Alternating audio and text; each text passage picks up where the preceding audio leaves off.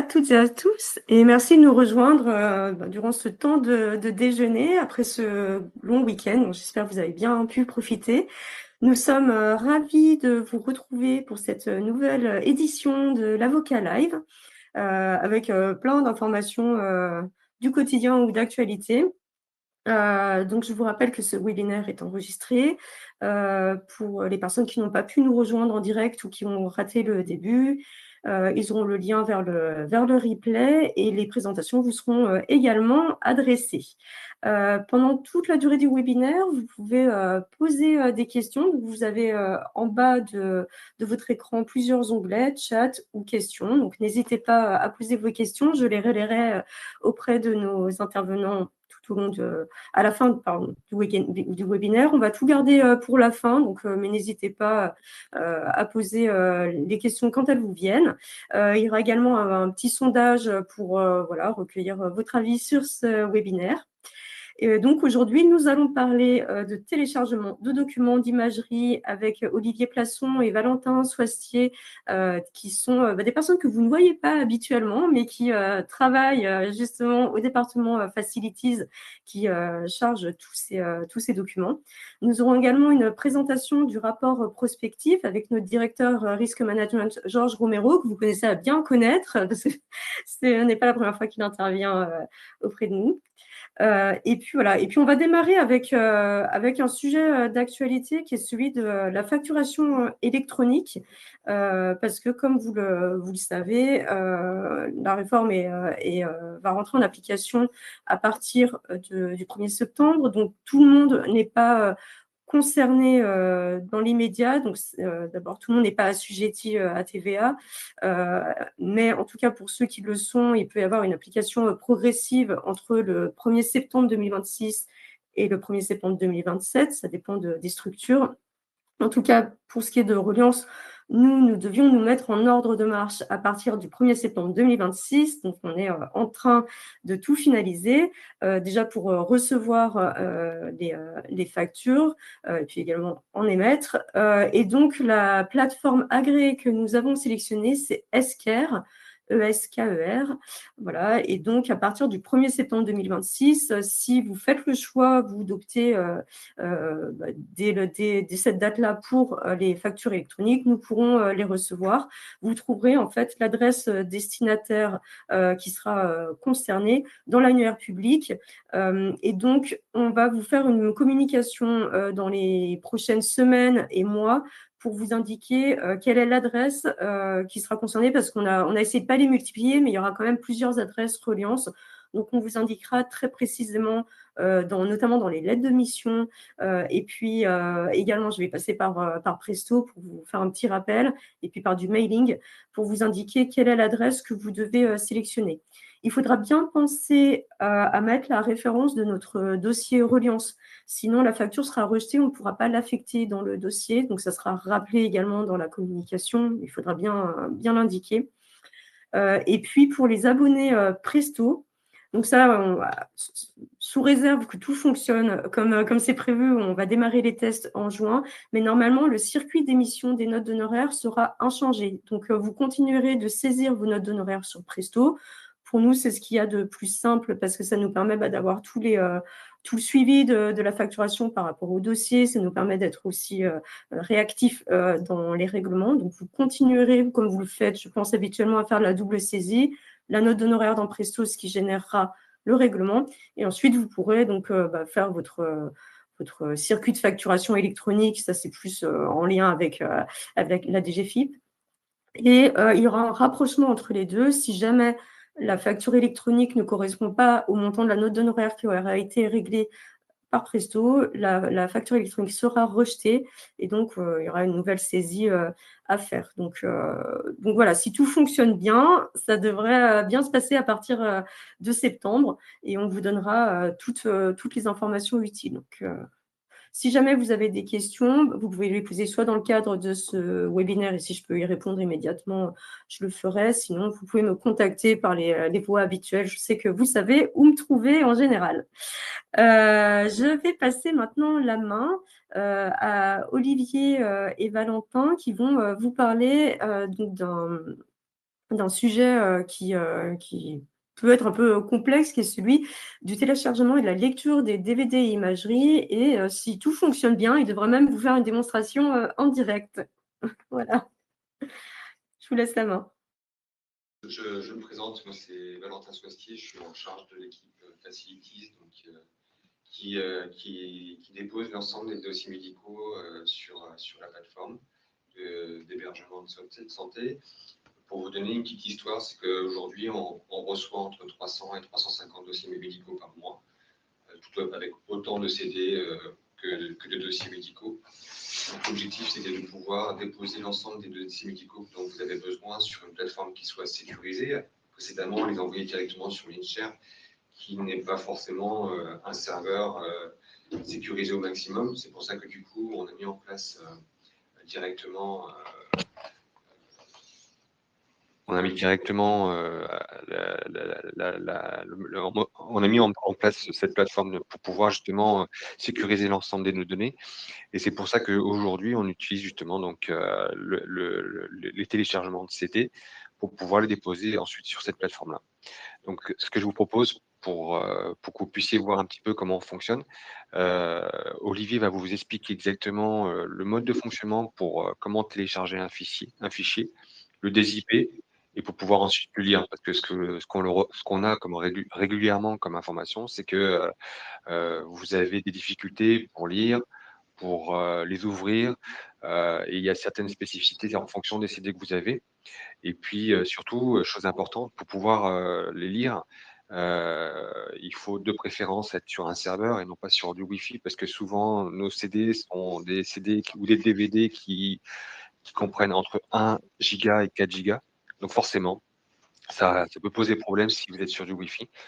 Donc là, on va essayer de vous faire une présentation. Donc nous, on est sur du Wi-Fi, donc forcément, ça risque de poser quelques petits soucis. Mais en tout cas, on va tenter de vous faire une démarche. Et puis ensuite, si vous avez des questions, on y répondra à la fin de cet échange. Bonjour à tous. Donc je suis Olivier Plasson, je travaille au service Facilities et effectivement nous sommes là aussi pour déposer les CD. Je vais vous montrer comment dézipper le CD pour que vous puissiez y avoir accès. Donc je vais vous partager mon écran.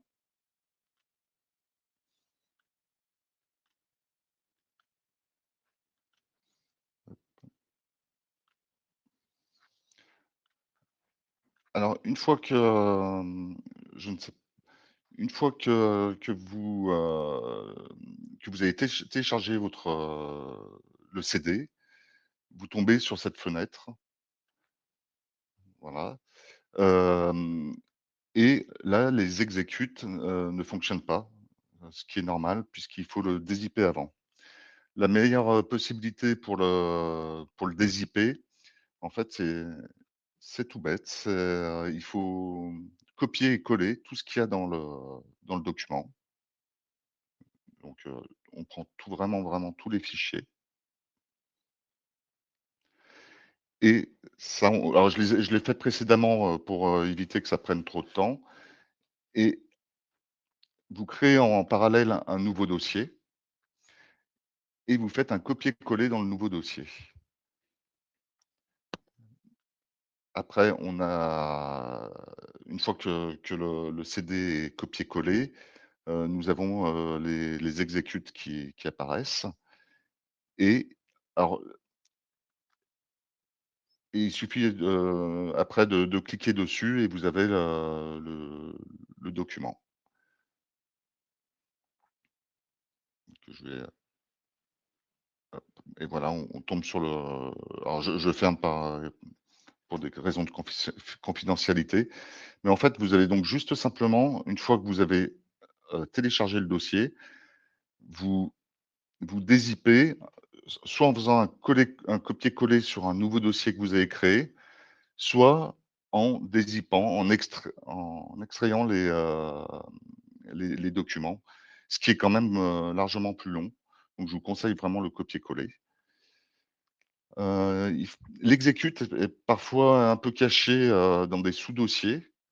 On l'a pas visuellement forcément tout de suite en visu. Donc il faut quelquefois, il faut un peu le chercher, mais en tout cas, voilà le process pour dézipper, tout simplement. Heu et pour voilà, rien de bien particulier en plus. Je ne sais pas si vous avez, c'est très simple en fait. Hem, alors effectivement, plus le dossier est long, plus le temps de téléchargement peut être long et mais une fois le document posé, il y a plus de soucis particuliers. Je vais me permettre juste de reprendre la parole pour, compléter un peu une information complémentaire. Ce qu'il faut savoir, c'est que sur chaque CD, vous avez un exécute. En effet, sur certains, vous en avez 4, des fois 2, des fois 1. Les spécificités sur la plupart des CD, c'est-à-dire 80 des CD, vous avez en fait un seul exécute.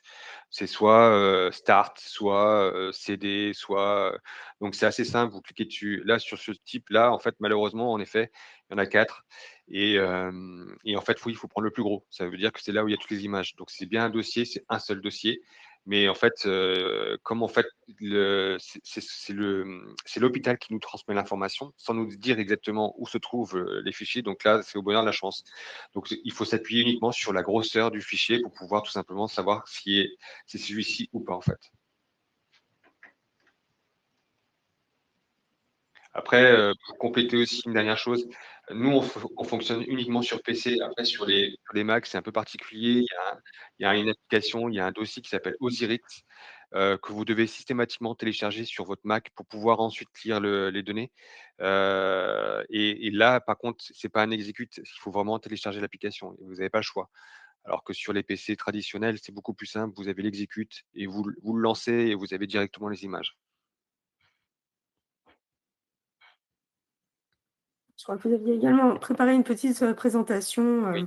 pour, expliquer, plus en détail.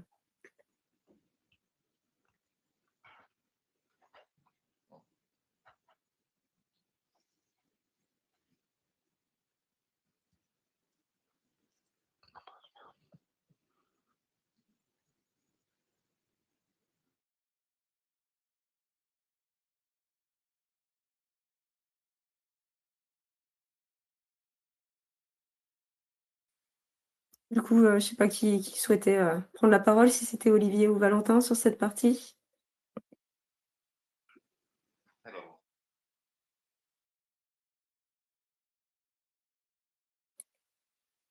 C'est pas la peine de partager du coup, l'écran puisque c'est déjà projeté, hein.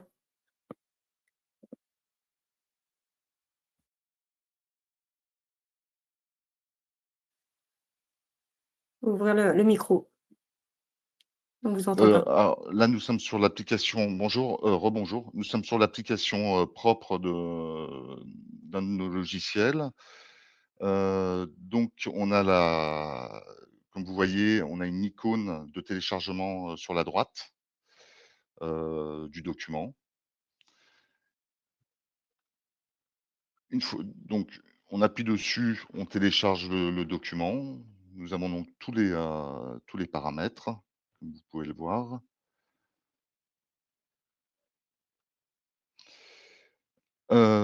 Pour donc une fois qu'on a téléchargé les documents, c'est ce que je vous expliquais tout à l'heure, on crée un nouveau dossier et on fait un copier-coller dans ce nouveau dossier où on extrait directement, les fichiers vers ce nouveau dossier. Une fois que nous sommes, que ce nouveau dossier a été créé, là on a exactement ce qu'on a déplacé. On a donc plusieurs documents et voilà et en fait, il faut essayer de trouver celui qui finit par exe. Il peut y en avoir plusieurs et c'est vrai qu'il faut quelquefois tâtonner un peu pour les trouver. C'est souvent le plus gros des exés qui permettent, l'ouverture de l'imagerie. Alors,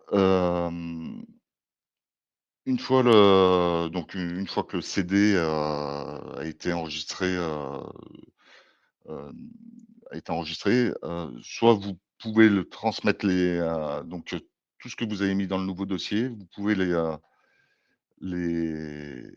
les graver, sur un CD. Vous allez donc nous, c'est CD Burner, heu, donc nous transférons tout ce qui est les fichiers que nous avons copié-collé dans le nouveau dossier. Nous le mettons dans CD Burner là, donc la 1re rubrique. Ce qui permet, une fois que du coup ce nouveau dossier a été déposé sur CD Burner, on peut, maintenant, graver le CD, sans aucune inquiétude et il n'y aura pas de dézip, pour la personne qui recevra le CD. Et puis après, effectivement, une fois que vous avez téléchargé, les documents, sur votre PC, comme nous sur nos ordinateurs, nous su pour des raisons de confidentialité, bien supprimer, les fichiers de l'ordinateur. Merci beaucoup. Je vois que, Maître Chasse, précise que Osiris ne fonctionne plus et que c'est Horus désormais qui est utilisé pour, Mac. Je sais qu'on en avait parlé dans le cadre de la journée, du 28 novembre, notamment. Petite précision, aussi, vous me contredirez Olivier et Valentin si je dis des bêtises, mais si à l'inverse, nos avocats souhaitent, faire passer des pièces à Reliance, ils peuvent, tout déposer sur Presto sans problème. La capacité a été augmentée pour Oui, que oui, ça en fait, l'objectif, c'est que la transmission soit le plus simple possible pour tout le monde. Donc, en effet, Presto, vous avez la possibilité directement de déposer les pièces médicales sur Presto, ce qui permet du coup, nous, de les récupérer, de les réutiliser si besoin. Et puis, il y a des nouvelles versions de la plateforme qui va se mettre en place courant 2026, qui va permettre du coup d'étendre la transmission des données médicales à différentes pièces, à différentes tiers, pardon, et ça sera beaucoup plus simple pour vous comme pour nous. c'est un projet, en cours. Oui. Merci, beaucoup à tous les 2. Donc je vous garde jusqu'à la fin si jamais il y a des questions qui arrivent, entre-temps et puis on va donner la main, à Georges Romero qui va, vous présenter, les enseignements du rapport prospectif. Il vous expliquera aussi le contexte, de cette, démarche. Pour certains, ceux qui ont participé à la journée du 28 novembre, vous en avez été, destinataires un peu en avant-première. Et du coup, c'est bien d'avoir, la présentation, en direct. Merci à Georges, d'avoir pris le temps de venir nous faire cette démonstration. Bonjour à tous, merci beaucoup Aurélia pour l'invitation déjà et ravi de vous retrouver dans ce webinaire. Donc effectivement, moi aujourd'hui je vais vous parler du rapport prospectif Reliance qui a été publié il y a un peu plus de 2 mois, fin février, et que vous pouvez retrouver sur le site. Je vous partage d'ailleurs sur le chat le lien pour pouvoir le télécharger parce que l'objectif est de vous présenter les grands points et de vous donner envie de le lire plus que de vous présenter la totalité de ce rapport prospectif. Donc en fait, il a pas mal de choses assez innovantes dans ce rapport, hein, puisque déjà il s'avère être une enquête dans les 4 pays européens dans lesquels Reliance est actif aujourd'hui, à savoir donc la France évidemment, l'Italie, l'Espagne et l'Allemagne. Et c'est une enquête qui a été réalisée auprès de professionnels de santé, de dirigeants d'établissements, je rentrerai plus dans le détail après, pour voir vraiment quelle est leur vision, leur ressenti du risque pour les établissements de santé et également quelles seraient potentiellement les solutions pour lesquelles, enfin, les risques pour lesquels nous sommes le mieux ou le moins bien préparés.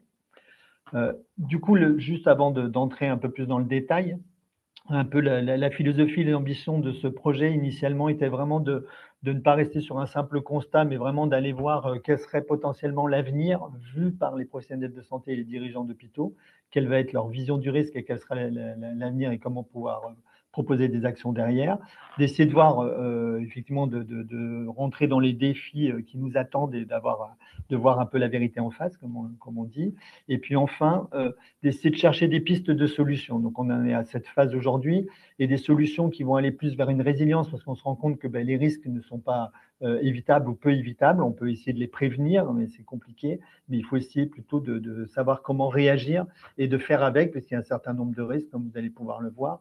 Il va être difficile de les éviter, comme les vagues de chaleur ou les impacts géopolitiques aujourd'hui. Il faut savoir comment plutôt réagir et faire avec. Les grandes étapes de ce travail, donc comme je vous le disais, hein, c'est une grande enquête qui a été réalisée dans les 4 pays. Et un point fort aussi de cette méthodologie, c'est que ça a été fait sous la supervision d'un comité scientifique. Donc Reliance s'est armé d'un comité scientifique maintenant depuis près d'1 an, que je vous présenterai juste après, pour vraiment apporter une valeur scientifique et surtout un regard extérieur à Reliance sur ce projet-là et sur l'ensemble des projets à visée scientifique. La première étape avec ce comité scientifique a été d'identifier 25 risques majeurs. Donc, ce sont 25 risques prioritaires des établissements de santé qui ont été identifiés aussi au cours d'interviews individuelles auprès de différentes structures au niveau des 4 pays. Et ces 25 risques représentent en fait 5 grandes catégories de risques auprès des établissements de santé, à savoir les risques sociétaux comme le vieillissement de la population, des risques économiques comme l'augmentation du coût de la santé. Vous avez aussi les risques géopolitiques et environnementaux, les vagues de chaleur et les conflits européens aujourd'hui, les risques technologiques, avec notamment le risque le plus important qui est la cybersécurité. Et enfin, au cœur de tous ces risques-là, évidemment, ce sont les risques liés aux soins, à savoir tout ce qui va tourner autour des ressources humaines, hein, donc des soignants principalement, mais également le risque d'erreur médicale, par exemple. Une fois qu'on avait posé ces risques et cette cartographie, cette photographie des risques principaux, on a entamé la grande enquête européenne, donc auprès des 4 pays. Et cette enquête a été menée par Ipsos, que vous connaissez très bien.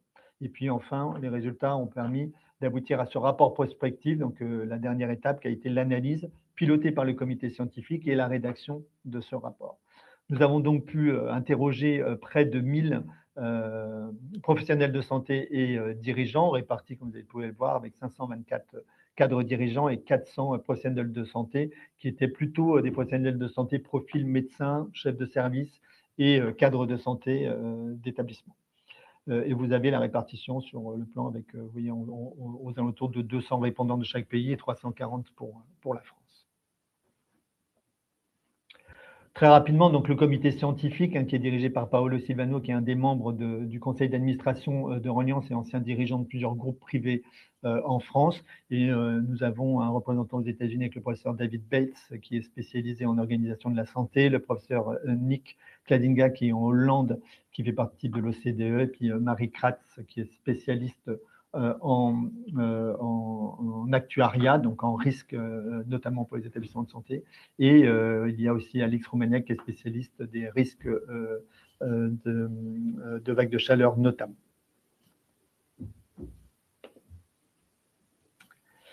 Alors, quels sont les grands enseignements? Donc, vraiment les points les plus importants à retenir de ce rapport, comme je le disais, qui est vraiment la vision du risque à venir par les établissements de santé dans les 4 pays et donc professionnels de santé et dirigeants.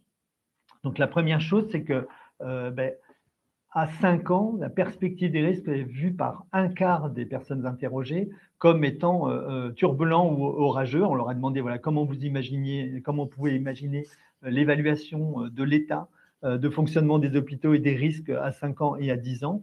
Donc, on voit déjà que globalement, 1 sur 4 le voit comme orageux et turbulent à 5 ans et plus d'un tiers le voit comme turbulent et orageux à 10 ans. On voit qu'il y a clairement que les Français, on est plutôt les plus pessimistes, hein, puisqu'on est près de 1 sur 2 à le voir comme orageux et turbulent, alors que les Espagnols sont à moins de 1 sur 10 à 5 ans. Globalement, on a plutôt une tendance à l'ensemble des pays qui augmente cette vision du risque à 10 ans. Mais globalement, on reste quand même les plus pessimistes dans les pays, suivis par l'Allemagne, l'Italie et l'Espagne, qui restent vraiment les moins pessimistes sur cette vision. On va rentrer dans le détail des risques, mais là, déjà, il y avait aussi une variation locale sur la vision risque par risque. Par exemple, en France, on était particulièrement préoccupé par les inégalités d'accès aux soins, inégalités sociales, et également par les ruptures d'approvisionnement de matériel. L'Italie et l'Espagne étaient plutôt inquiets de la méfiance du public par rapport à la capacité des soignants à continuer à délivrer du soin et à chaque État de délivrer du soin. Et pour l'Allemagne, c'était plutôt la dynamique migratoire, notamment liée aux conflits récents, qui était plus leur sujet d'inquiétude. Si l'on reprend maintenant quels sont les 4 risques les plus importants, donc là, vous avez un peu comme une forme de radar au centre les risques les plus importants et vous avez les risques un peu moins importants en externe. Donc les 4 risques dans l'ordre le plus important, vécus comme étant les risques les plus importants à 5 ans et à 10 ans, sont les vieillissements de la population, hein, vous voyez, pour 3/4 des personnes interrogées, suivi de la pénurie du personnel et l'épuisement professionnel pour pareil, un peu moins de 3/4, et ensuite l'augmentation du coût de la santé, et enfin la menace de cyberattaque.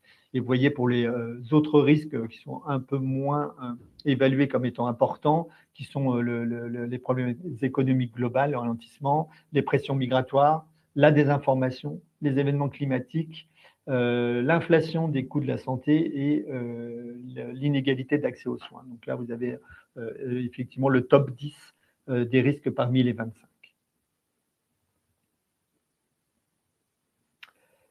Sur ce tableau-là, vous voyez que sur la base, vous avez le niveau de préparation par la risque, hein, vous avez les 25 risques qui sont identifiés, et sur la partie de gauche, vous avez les très graves. Donc, en haut à droite, vous avez donc le risque le plus grave, qui est le risque de personnel et d'épuisement professionnel, pour lequel on est le moins bien préparé. En fait, on a demandé à chacun des personnes interrogées quels étaient les risques les plus importants, et pour chacun de ces risques, quel était le niveau d'après eux de préparation. Ça, c'est pour nous un enseignement très important parce que, je vais prendre l'exemple, vous avez en haut à gauche celui du cyber. Je suis en train d'essayer de le retrouver sur la problématique du cyber, parce qu'en fait, vous avez, il est vécu comme étant un risque très important, mais la plupart des personnes interrogées se considèrent comme bien préparées. Alors que nous, ce que l'on peut voir à travers les événements, et ça c'est vraiment une des leçons que l'on tire de ce rapport, c'est que le vécu des professionnels de santé et des dirigeants n'est pas forcément le reflet de la réalité. Et ça, pour nous, c'est une action importante, c'est-à-dire qu'on a des actions de pédagogie à faire. Je prenais l'exemple de la cybersécurité, où nous, on accompagne un certain nombre d'établissements en amont d'une attaque, mais également en aval, donc parfois une attaque, et on voit à quel point les établissements ne sont pas préparés aussi bien sur la gestion technologique de l'attaque que sur les impacts, notamment sur les organisations, les impacts sur la prise en charge des patients, sur la prise en charge des professionnels de santé qui sont extrêmement inquiets, et sur la communication externe en cas de crise. Et on voit que là, il y a un vrai écart entre la réalité des risques et l'état des lieux, de la préparation, et le vécu des professionnels de santé et des dirigeants qui se considèrent, eux, comme bien préparés. Il y a un sujet aussi intéressant qui était le risque d'erreur médicale, qui est vécu, et ça vous le savez très bien comme moi, qui est quand même extrêmement fréquent, les erreurs médicales dans l'établissement. Et pour autant, les personnes interrogées le vivaient comme quelque chose de peu risqué, puisque globalement, un tiers des personnes interrogées pensaient qu'il y allait avoir une erreur médicale dans l'année qui suivait le questionnaire, alors que l'on sait que c'est 100% des cas. Hein. Les erreurs médicales, il y en a tout le temps. Il y en a beaucoup, et du coup, ça montre encore une fois qu'on a un rôle pédagogique à faire auprès des établissements et qu'on voit l'écart entre le ressenti et la réalité du terrain. Ça, c'est extrêmement intéressant pour nous. Et en même temps, là où ils ne se trompent pas du tout, c'est qu'effectivement, on voit bien la problématique de pénurie du personnel d'une part et le manque de préparation des établissements. Ça, c'est une vraie réalité, et ça montre bien qu'il y a des actions ciblées de gestion du risque lui-même, mais également de pédagogie à faire. Les risques qui sont considérés comme étant les plus impactants, toujours selon les personnes interrogées, hein, mettant en jeu le pronostic et le risque de sécurité du patient, vous les avez dans l'ordre. Donc le plus important, évidemment, est la pénurie du personnel, hein, puisque 3/4 des personnes interrogées considèrent qu'il y a un impact direct sur la sécurité du patient, suivi du coût de la santé, des problèmes d'approvisionnement, la cybersécurité, les erreurs médicales, vous voyez, qui arrivent en 5e position, et les aléas macroéconomiques, donc la possibilité de continuer à financer le système de santé au niveau national. Alors sur ce graphe qui paraît assez complexe, en fait, et assez simple, hein, vous retrouvez dans le code couleur les grandes familles. Donc là, il y en a 6, hein, je vous ai dit qu'il y en a 5 parce qu'on a séparé la géopolitique et l'environnemental. La taille, c'est du rond et le niveau de risque évalué. Et les liens correspondent à fait, est-ce qu'il y a un lien important entre chaque risque en fonction de l'épaisseur du trait. Et vous voyez, ce qui a été intéressant, ça a été de demander à chaque fois, d'après les personnes interrogées, quels étaient potentiellement les liens entre chaque risque.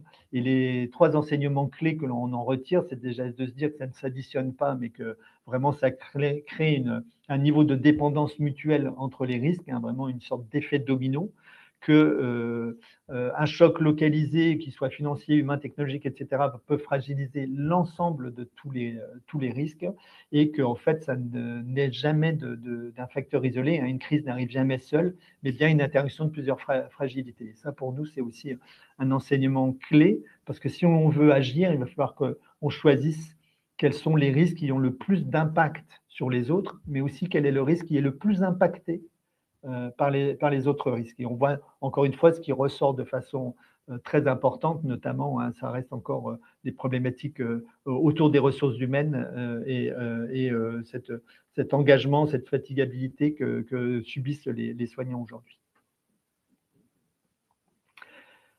Donc, on voit qu'à la lumière de ces interconnexions, il y a plusieurs pistes, hein, qui se dessinent. Alors déjà, on voit qu'il y a 4 grands domaines de risque, hein, sur ces interconnexions. Il y a déjà ce côté lien entre l'économie et les ressources humaines. On voit bien les tensions budgétaires et la fragilité des ressources.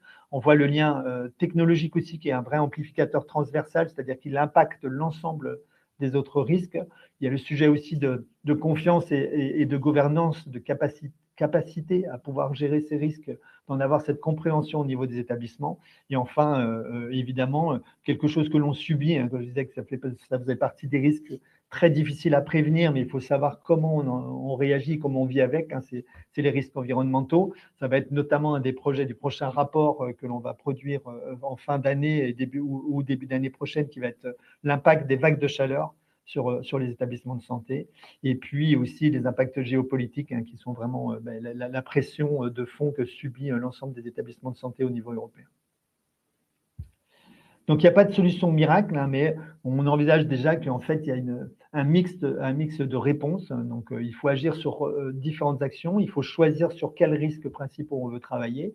Et on voit qu'il y a 3 grandes pistes qui s'orientent vers nous. La première, c'est évidemment, qui ne dépend pas de nous, hein, mais besoin de soutien financier et aussi travailler au sein des infrastructures, hein, d'adapter les infrastructures aux risques. Hein, j'en pense encore notamment au risque de vagues de chaleur, et financier pour soutenir à la fois le financement technologique, mais aussi le soutien des ressources humaines au niveau des établissements de santé.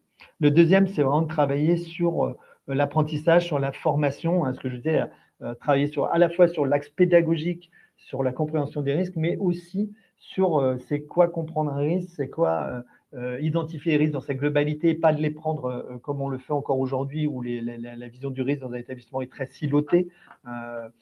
Souvent, les équipes cybersécurité vont pas ou peu travailler avec ceux qui vont travailler sur les risques de sécurité globale de l'établissement ou sur les risques d'erreurs médicales. Donc, il faut vraiment apprendre à travailler sur une vision globale des risques d'un établissement. Et enfin, le troisième axe, c'est évidemment sur la gouvernance et sur la clarification des responsabilités au sein de la structure de santé elle-même et également au niveau national. Donc, et maintenant, qu'est-ce qu'on veut en tirer? Ce sera la conclusion. En fait, nous, notre objectif aujourd'hui, c'est de dire quelles leçons on veut tirer de ce rapport et comment continuer à travailler et accompagner les établissements de santé pour essayer de prévenir les risques, mais également savoir réagir vis-à-vis des événements. Donc, évidemment, le cœur de notre sujet reste quand même les erreurs médicales, mais pas que, et d'avoir une vision globale des risques, puisque comme on l'a bien vu à travers ce rapport, et les choses pour lesquelles on se doutait évidemment, c'était de dire que les risques s'impactent les uns les autres et qu'il faut vraiment travailler sur cette interconnexion. Donc, aujourd'hui, on est en train de travailler sur répondre à un certain nombre des questions, 3 grandes familles de questions. La première chose, c'est de se dire, ben voilà, a priori, les risques vont être de plus en plus croissants. Est-ce qu'on est capable d'anticiper cette sévérité et cette fréquence pour certains risques? On se pose un certain nombre de questions. On est en train de créer des groupes de travail en impliquant des professionnels de santé et des établissements de santé au niveau européen.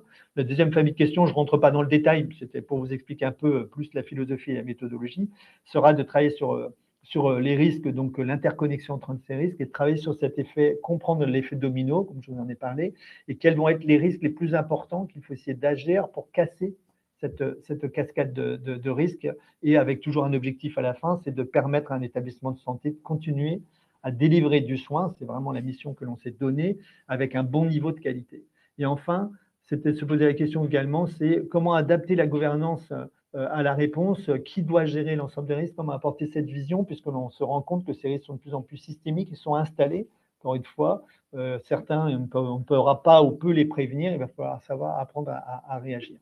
Donc voilà, ça sera la conclusion de cette présentation. Donc l'idée, encore une fois, était de vous proposer, de vous partager les plus grandes leçons qu'on a pu tirer de ce rapport et ce que l'on va en faire demain. Et comme je vous disais, le prochain rapport sera rédigé sur l'impact sur les vagues de chaleur et aussi sur ces groupes de travail que l'on va créer, qui ont déjà commencé à travailler pour essayer de répondre à l'ensemble des questions et savoir comment agir, comment accompagner vraiment dans cette dynamique de résilience des établissements de santé aujourd'hui et pour en gros mieux prévenir les risques demain.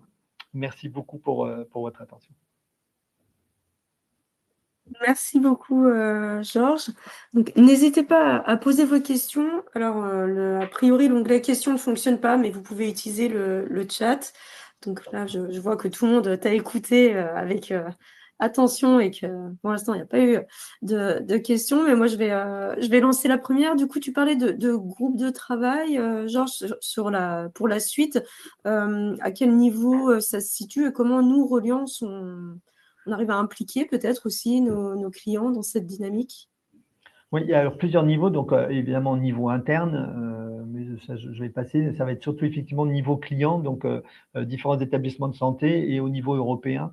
L'idée va être effectivement d'essayer de répondre à travers des ateliers à ces diverses questions, comme j'ai présenté dans la dernière slide, pour continuer à comprendre, comme je disais en introduction, et puis au cours de cette présentation, il faut vraiment qu'on comprenne le point de vue et le ressenti des établissements et des professionnels de santé, pour voir comment on peut agir, mais aussi quelles sont les pistes d'action, parce que comme je disais, on a des actions pédagogiques à faire pour essayer de partager aussi notre vision des risques quand on en a la donnée.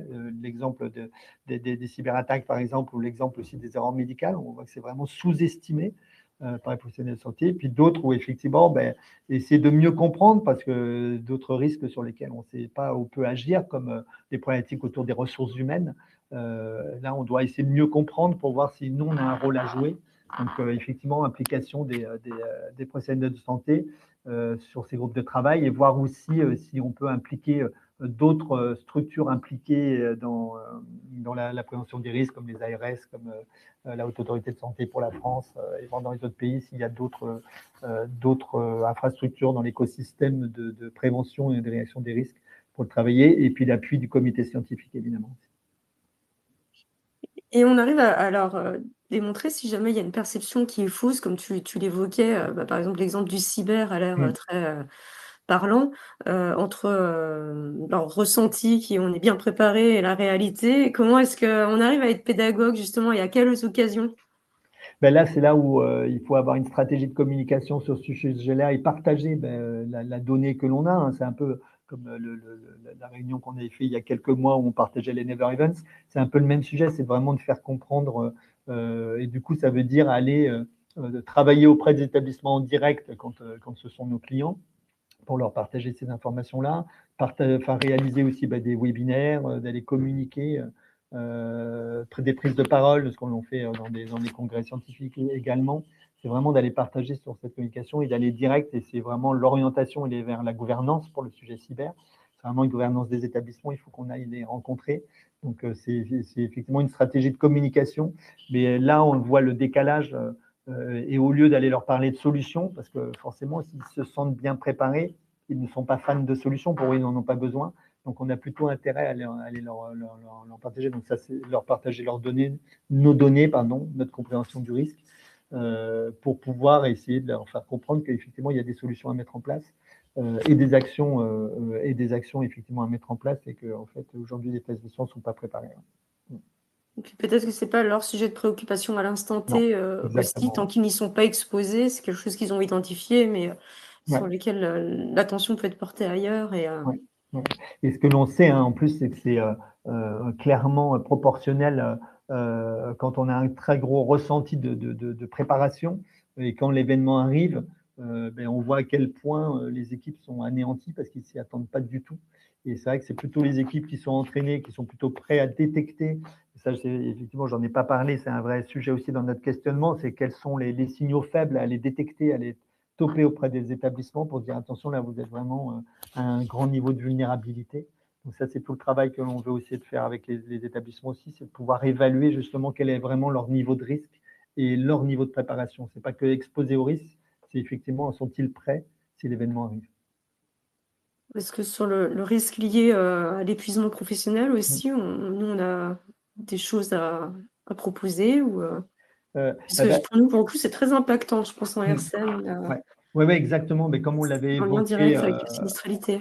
Oui, exactement. Comme on l'avait évoqué il y a quelques mois à la réunion qui avait eu lieu sur notre site, effectivement, il y a un vrai rôle de détection déjà quand il y a un événement qui est géré, qui est un sinistre qui est géré, d'aller détecter vraiment l'impact auprès de l'établissement lui-même, auprès de l'équipe, parce qu'on sait que clairement, il y a vraiment un risque. On avait parlé de seconde victime, qui est un sujet clé sur le soignant et l'équipe lui-même, mais également on commence à parler dans les publications de troisième victime, qui est aussi la réputation de l'établissement, parce que ça impacte l'ensemble des professionnels de santé quand il y a un événement grave et qui est notamment médiatisé.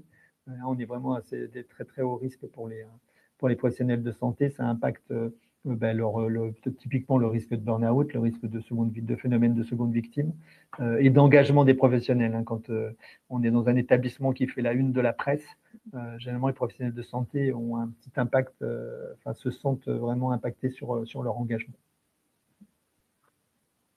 Je vois que Maître Drujon est en train de taper un long message, alors je ne veux pas la couper. Donc voilà, c'est que le message n'est pas encore arrivé. Mais je n'ai pas encore vu arriver le message. Donc, je ne sais pas si voilà, il y a encore des questions ou des choses que vous souhaitiez avoir élucidées, ou il nous reste encore 2-3 minutes. Peut-être qu'en attendant, Mélanie peut lancer le sondage, ce qui permettra de voir si ce webinaire correspondait à vos attentes. Vous aurez aussi la possibilité de nous faire des remarques si vous avez besoin qu'on puisse... Et dans tous les cas, en tout cas, s'il y a des questions, même a posteriori, n'hésitez pas, je me ferai un plaisir d'y répondre. Aurélia nous les transmettra avec grand plaisir. Et puis vraiment, je vous invite à lire ce rapport parce qu'il est assez intéressant de voir quelle est la vision des risques vus au niveau européen. Déjà, puis comme je disais, le décalage, vous voyez qu'on est plutôt assez pessimiste. Donc c'est pas qu'une réputation, manifestement, ça se voit. Donc c'est assez intéressant de voir effectivement la vision des risques vus par les professionnels de santé et dirigeants d'établissements. C'est tout, effectivement, et à l'échelle européenne, puisqu'on a la chance nous-mêmes d'être un groupe européen, ce qui permet d'avoir effectivement une vision très, très large de ce risque. Je vois qu'il y a un message qui est en cours de frappe, mais je vais quand même vous redire que le replay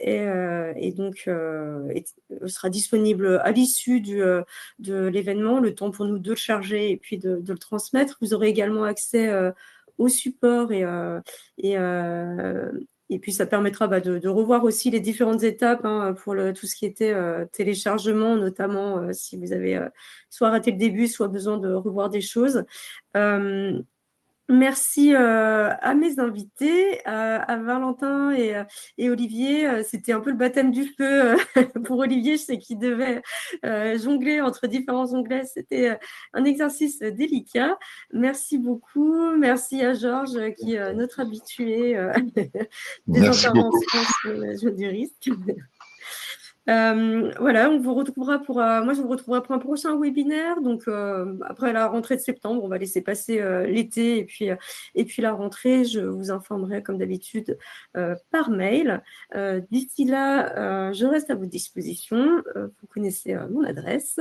Et puis je vous souhaite un bon appétit. À très bientôt. Bon appétit, merci, au revoir. Au revoir. Au revoir.